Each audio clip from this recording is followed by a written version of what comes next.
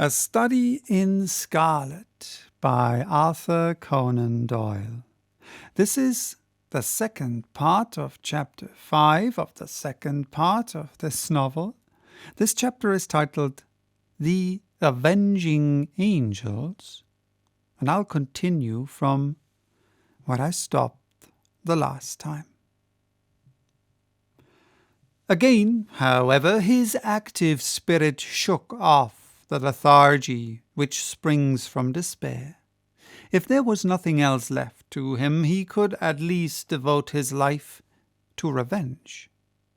With indomitable patience and perseverance, Jefferson Hope possessed also a power of sustained vindictiveness, which he may have learned from the Indians amongst whom he had lived.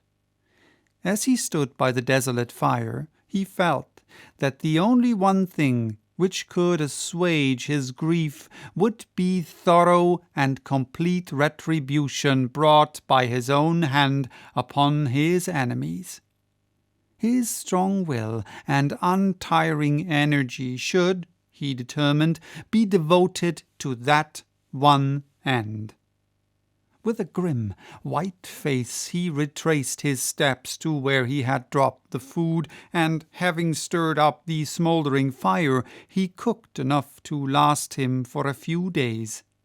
This he made up into a bundle, and, tired as he was, he set himself to walk back through the mountains upon the track of the Avenging Angels. For 5 days he toiled footsore and weary through the defiles which he had already traversed on horseback. At night he flung himself down among the rocks and snatched a few hours of sleep, but before daybreak he was always well on his way. On the 6th day he reached the Eagle Canyon, from which they had commenced their ill-fated flight. Thence he could look down upon the home of the saints. Worn and exhausted, he leaned upon his rifle and shook his gaunt hand fiercely at the silent, widespread city beneath him.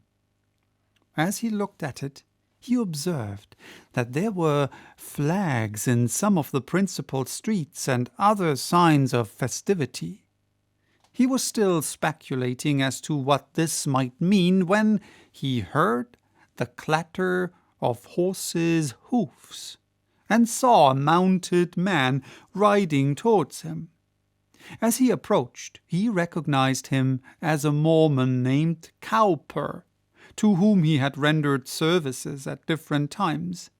He therefore accosted him when he got up to him, with the object of finding out what Lucy Ferrier's fate had been. "I am Jefferson Hope," he said. "You remember me?" The Mormon looked at him with undisguised astonishment. Indeed, it was difficult to recognize in this tattered, unkempt wanderer with ghastly white face and fierce wild eyes the spruce young hunter of former days. Having, however, at last satisfied himself as to his identity, the man's surprise changed to consternation. "You are mad to come here," he cried. "It is as much as my own life is worth to be seen talking with you. There is a warrant against you from the Holy Four for assisting the Ferriers away." "I don't fear them or their warrant," Hope said earnestly. "You must know something of this matter, Cowper. I conjure you by everything you hold dear to answer a few questions. We have always been friends. For God's sake, don't refuse to answer me." "What is it?" the Mormon asked uneasily. "Be quick, the very rocks have ears and the trees eyes." "What has become of Lucy Ferrier?" "She was married yesterday to young Drebber. Hold up, man, hold up! You have no life left in you." "Don't mind me," said Hope faintly. He was white to the very lips and had sunk down on the stone against which he had been leaning. "Married, you say?" Married yesterday. That's what those flags are for on the endowment house. There was some words between young Drebber and young Stangerson as to which was to have her. They'd both been in the party that followed them, and Stangerson had shot her father, which seemed to give him the best claim. But when they argued it out in council, Drebber's party was the stronger, so the prophet gave her over to him. No one won't have her very long, though, for I saw death in her face yesterday. She's more like a ghost than a woman. Are you off, then? Yes, I am off, said Jefferson Hope, who had risen from his seat. His face might have been chiselled out of marble, so hard and set was its expression, while his eyes glowed with a baleful light. Where are you going? Never mind, he answered, and slinging his weapon over his shoulder, strode off down the gorge, and so away into the heart of the mountains, to the haunts of the wild beasts.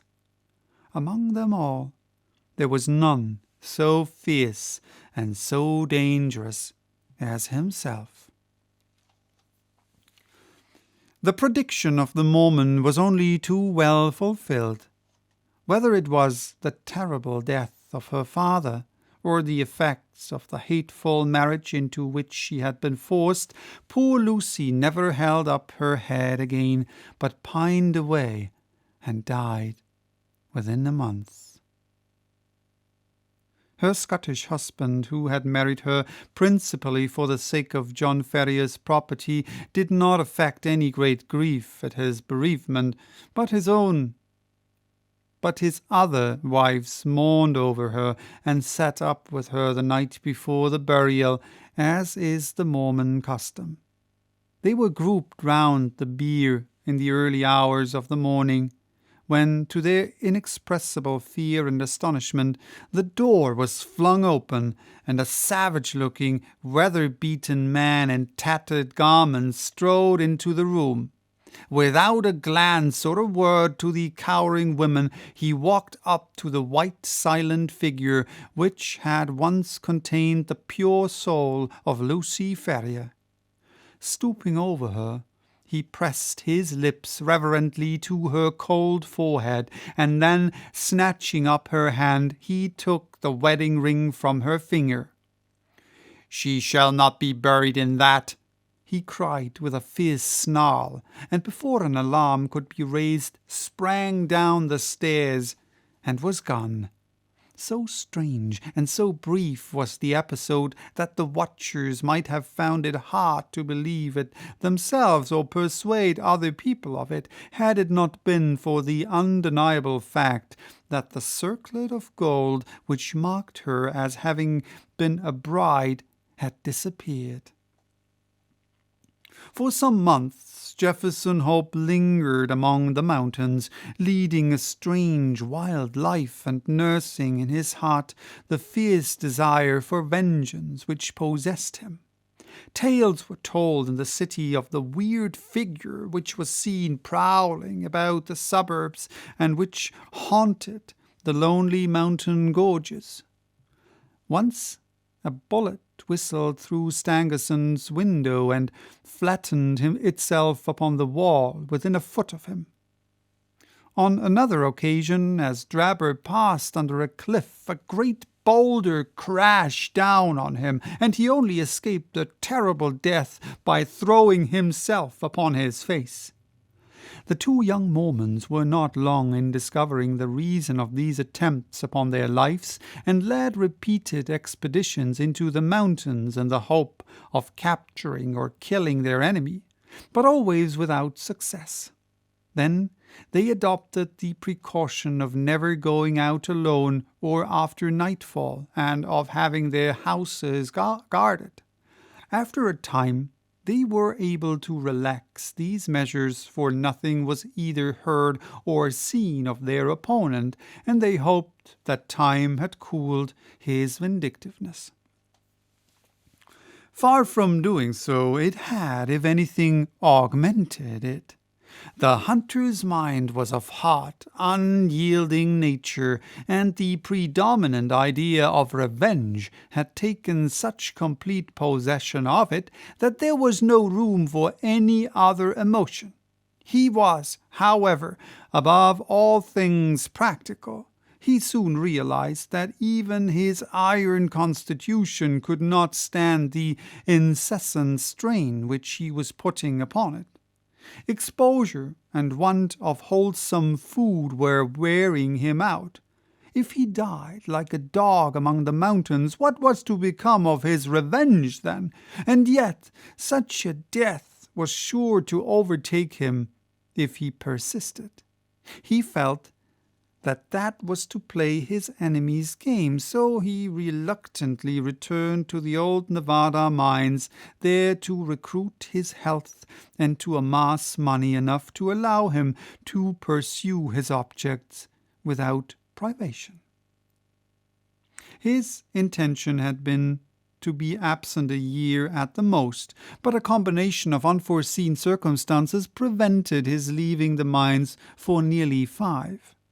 At the end of that time, however, his memory of his wrongs and his craving for revenge were quite as keen as on that memorable night when he had stood by John Ferrier's grave.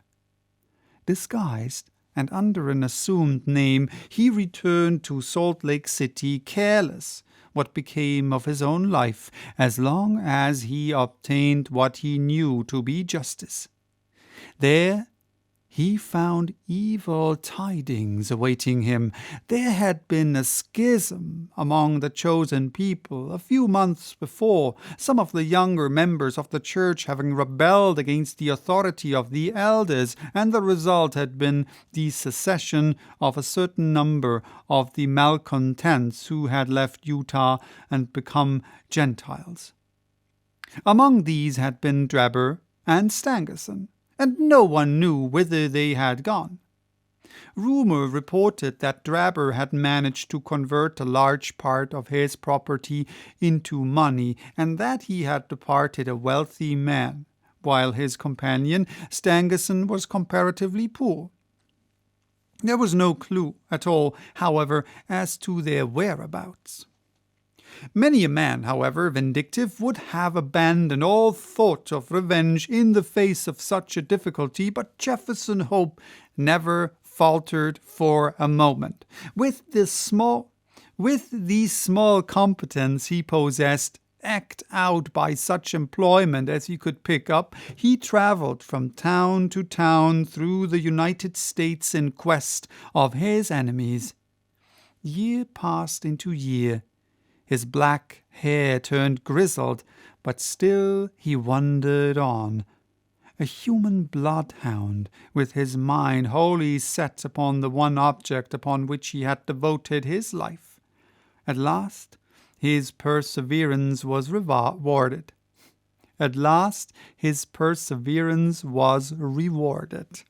It was but a glance of a face in a window, but that one glance told him that Cleveland in Ohio possessed the man whom he was in pursuit of. He returned to his miserable lodgings with his plan of vengeance all arranged.